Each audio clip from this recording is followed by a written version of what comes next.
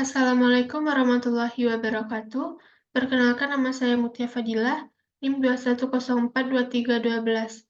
Di sini saya akan mempresentasikan materi pertemuan 5 tentang ketentuan dan pelaksanaan Landesform di Indonesia.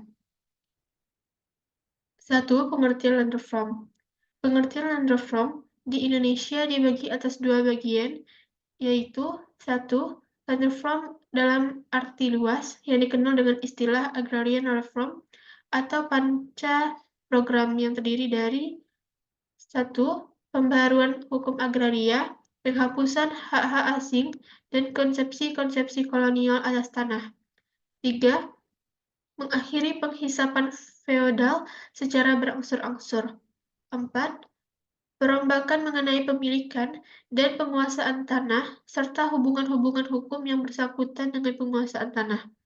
5. Perencanaan, persediaan, peruntukan, dan penggunaan bumi, air, dan kekayaan yang terkandung di dalamnya, serta penggunaan secara berencana sesuai dengan daya dan kesanggupan serta kemampuannya.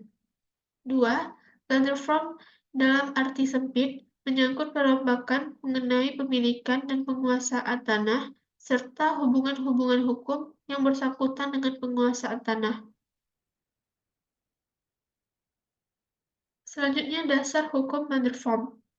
Dalam hukum Landreform, di Indonesia terdiri dari beberapa perundang-undangan dengan melakukan perubahan struktur penguasaan pemilikan tanah. Berikut ini beberapa dasar hukum Landreform di Indonesia. 1. Hukum Undang-Undang Pokok Agraria Nomor 5 Tahun 1960. Undang-Undang Pokok Agraria merupakan dasar utama untuk land reform di Indonesia. Dengan perundang-undangan ini, pemerintah memperkukuhkan relasi agraria yang ada agar menjadi lebih adil dan memenuhi kepentingan rakyat petani. 2. Undang-Undang Republik Indonesia Nomor 2 Tahun 1960 tentang Perjanjian Bagi Hasil. Perjanjian Bagi Hasil merupakan perundang-undangan yang melakukan perubahan pada sistem pengelolaan hak penguasaan hasil pertanian. 3.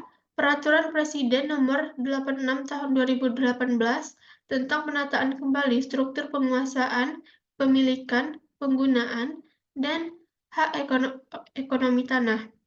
Peraturan ini menetapkan dasar-dasar hukum yang diperlukan untuk pelaksanaan land reform di Indonesia. 4. Undang-Undang Pertanahan. Undang-undang ini termasuk dalam dasar hukum land reform di Indonesia. Melakukan perubahan pada sistem pengelolaan tanah dan hak penguasaan hasil pertanian. Selanjutnya, pelaksanaan land reform di Indonesia. Pelaksanaan land reform di Indonesia meliputi pembaruan hukum agraria, penghapusan hak-hak asing dan konsesi pembaharuan agraria nasional, dan reforma agrarian. Pelaksanaan land reform di Indonesia mengalami perubahan seiring dengan terjadinya perubahan peta politik di dalam negeri. Dalam pelaksanaan Undang-Undang Pokok Agraria dan Land Reform, pemerintah telah melakukan redistribusi tanah yang telah dilaksanakan. Pelaksanaan Land Reform di Indonesia juga dilakukan melalui program Land Reform by Leverage yang meliputi redistribusi tanah yang telah dilaksanakan oleh pemerintah di Indonesia. Pelaksanaan land reform di era Orde Baru ditandai oleh 3 kebijakan. 1. Pelaksanaan agenda land reform hanya bertumpu pada masalah teknis administratif. 2.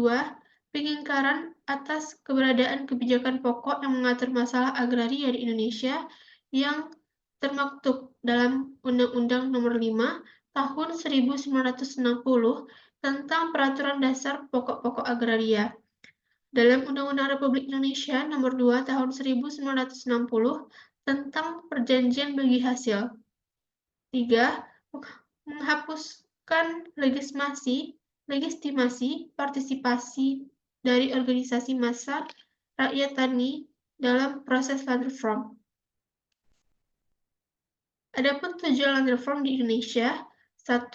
Untuk mengadakan pembagian yang adil atas sumber penghidupan rakyat tani yang berupa tanah dengan maksud agar ada pembagian hasil yang adil pula dengan mengubah struktur pertanahan secara revolusioner guna merealisasi keadilan sosial. 2. Untuk melaksanakan prinsip tanah untuk tani, agar tidak terjadi lagi tanah sebagai objek spekulasi dan alat pemerasan. 3.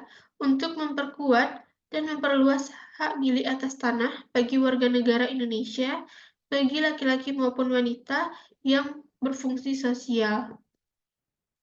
4. Untuk mengakhiri sistem tuan tanah dan penghapusan pemilikan dan penguasaan tanah secara besar-besaran dengan hak terbatas, dengan menyelenggarakan batas maksimum dan batas minimum untuk tiap keluarga, sebagai kepala keluarga dapat seorang laki-laki atau wanita. Dengan demikian, mengikis pula sistem liberalisme dan kapitalisme atas tanah dan memberikan perlindungan terhadap golongan ekonomi lemah. 5.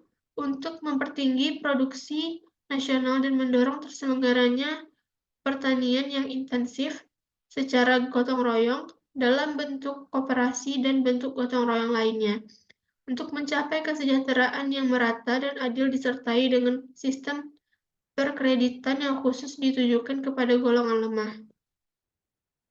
Adapun kendala pelaksanaan land reform, yang pertama, kesadaran dan kemauan dari elit politik yang kurang, 2. Organisasi petani yang kurang kuat, 3. Ketersediaan data yang kurang lengkap, 4. Dukungan anggaran yang kurang memadai, 5. Kondisi politik yang kurang stabil, 6. Penggunaan teknologi yang kurang efektif, 7. Pengelolaan lingkungan yang kurang baik, 8. Sistem pendukung yang kurang terintegrasi. Mungkin sekian dari presentasi saya. Apabila ada kata-kata saya yang salah, mohon dimaafkan. Wabillahi taufiq wa hidayah. Assalamualaikum warahmatullahi wabarakatuh.